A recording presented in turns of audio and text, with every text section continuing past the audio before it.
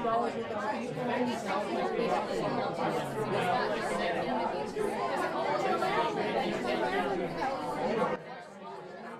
alaikum warahmatullah. Wa alaikum assalam. How's it going, man? Alhamdulillah. What you up to nowadays?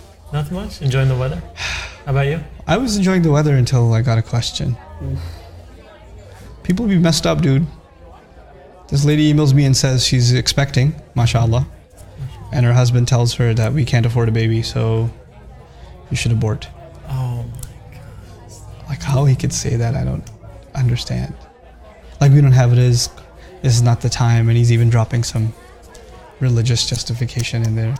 Subhanallah. And he says things like, oh, you know, in the first few months, the angel hasn't blown in the soul to the baby yet, so it's not really a human, so it's all good. Now, the thing of all of this is,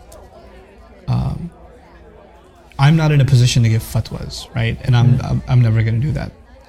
But first of all, to cite that we cannot afford this child. And then, of course, all the other religious justifications are later. The real reason is the guy doesn't want to spend money, right? So for money, he's willing to take a human life.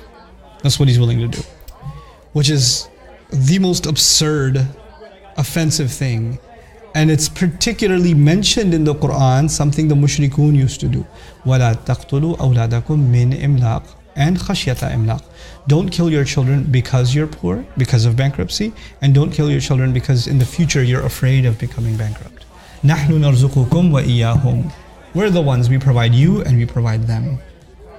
And he's missing that. Now the thing is, in that ayah, if you violate it, if you violate that ayah, then you violated the entire ayah. Yes? You know what that means? That Allah will stop providing you. You blocked Allah's way of providing to this child, and you ended up killing this child because you thought you're not going to be able to provide for them. And Allah is saying, what did you think you provide for them? I do. Like, Allah takes credit for it himself. And if you deny that, then you're denying your own road to rizq. Like, if this person's so seriously scared about money, they should be really scared if they even suggest this idea. And for the sister, I haven't responded to her yet, but what I would probably tell her is that she needs to hold her ground. Yeah. And she needs to, this is her baby, and this is a gift that Allah has given her, and no husband has a right to say that. Husbands do not have the right to say that. That is just absolutely wrong. I don't know where they get the idea that they have the right. This is, subhanAllah, it's a life that Allah owns, not us. We don't have a say in it. We really don't, So may Allah Azza wa Jal make the situation of these kinds of women easy, man. Sometimes wives are messed up and sometimes husbands are like epic messed up. So what about situations where, some people, it's not marriage, maybe someone was abused and then they ended up conceiving. I mean, how do you That's a completely different situation. But even then, the idea of abortion is something else.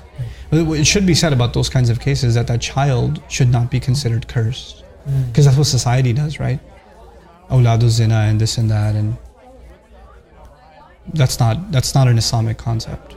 To consider that this child is illegitimate and therefore they are treated less than others. Now in Western society that's not a problem. Marriage out of wedlock and children out of wedlock. But in Eastern society, traditional religious cultures, Muslims included, it's a major problem, right? Now zina itself is really bad, or rape or whatever may have happened. That's a crime and that's dealt with separately. But this child is not supposed to pay the price of somebody else's crime. They're not supposed to do that. As traumatic as that may be for the mother. This child is not supposed, and I'm not talking about abortion because I don't know, that's a separate issue. But what I am talking about is just that child should not be stigmatized. And the overarching principle that protects that child from being stigmatized is one statement from Allah. One saying says it all. وَلَقَدْ كَرَّمْنَا بَنِي آدَمَ. We honored all children of Adam. That child is also a child of Adam, which means they're dignified by Allah. Which means at a certain point in the pregnancy, a ruh came and was blown into that child also. And that ruh was also from Allah. Allah sent it. Angels also descend on these mothers, right? Yeah. So that's not something we can take away from them. But then there's the complicated side of this problem, which is the abortion itself, Yeah. right? Which I personally, there may be arguments, I don't know them, and that's something fuqaha deal with. But the moral side of this, and what's in the best interest of this baby, that's a separate problem altogether. But ultimately, the husband doesn't have the right to tell the wife, and that's her body, and that's her choice. Yeah. Subhanallah. May Allah help the Muslims, man. Ameen. Barakallahu wa lakum. See you next time, inshallah. Assalamu alaikum.